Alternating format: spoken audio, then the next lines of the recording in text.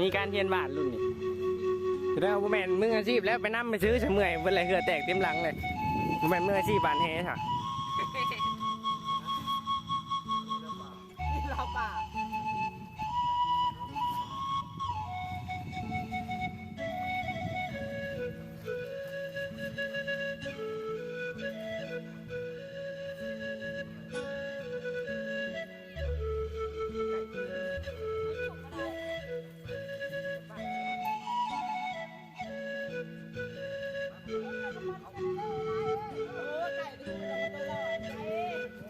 หันใจบ่ได้ได้ไก่เอ้ย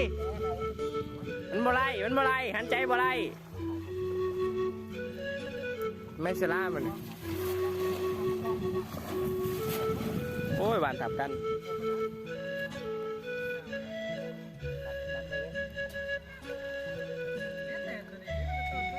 มึงแกเด็ดไรมันจะให้อมไร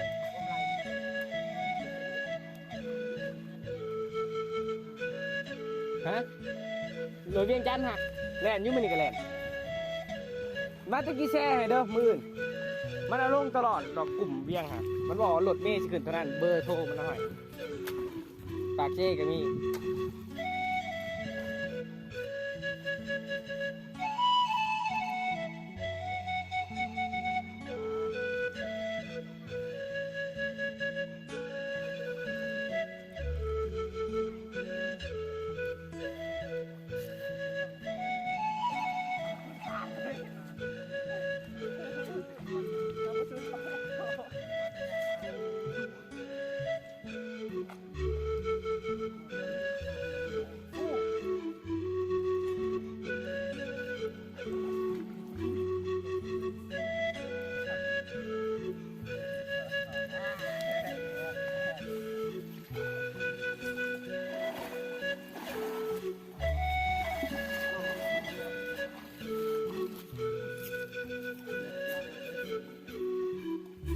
เงียบเงาคนบักลายพี่น้องเอ้ยบ่ได้ครับ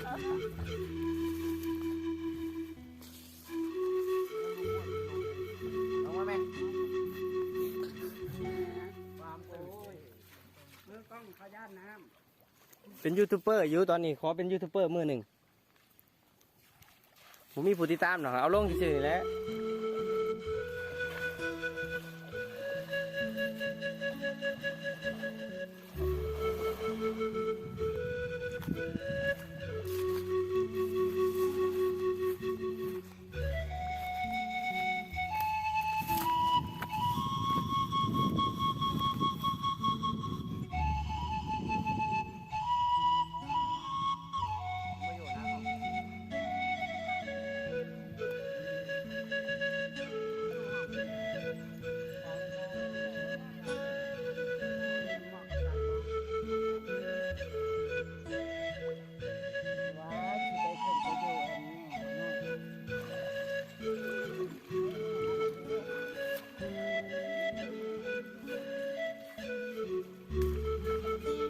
บอก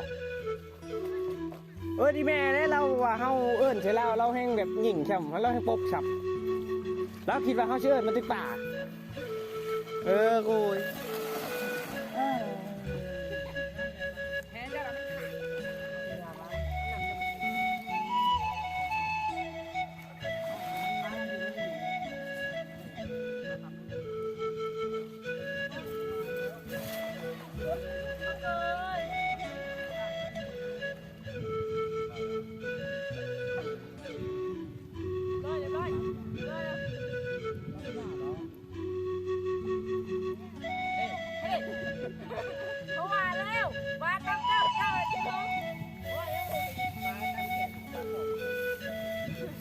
ตาขอดทรงตำแขน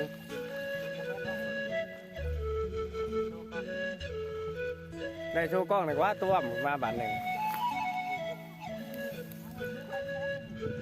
นี่ก็กินแค่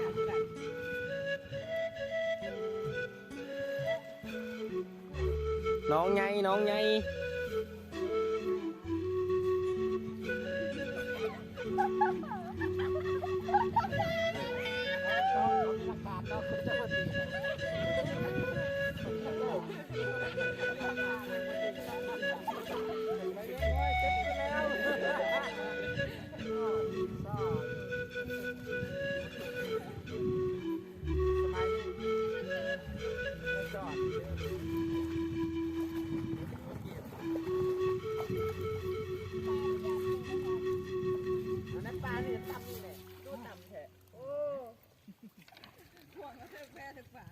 คนงมหอยคนงมหอย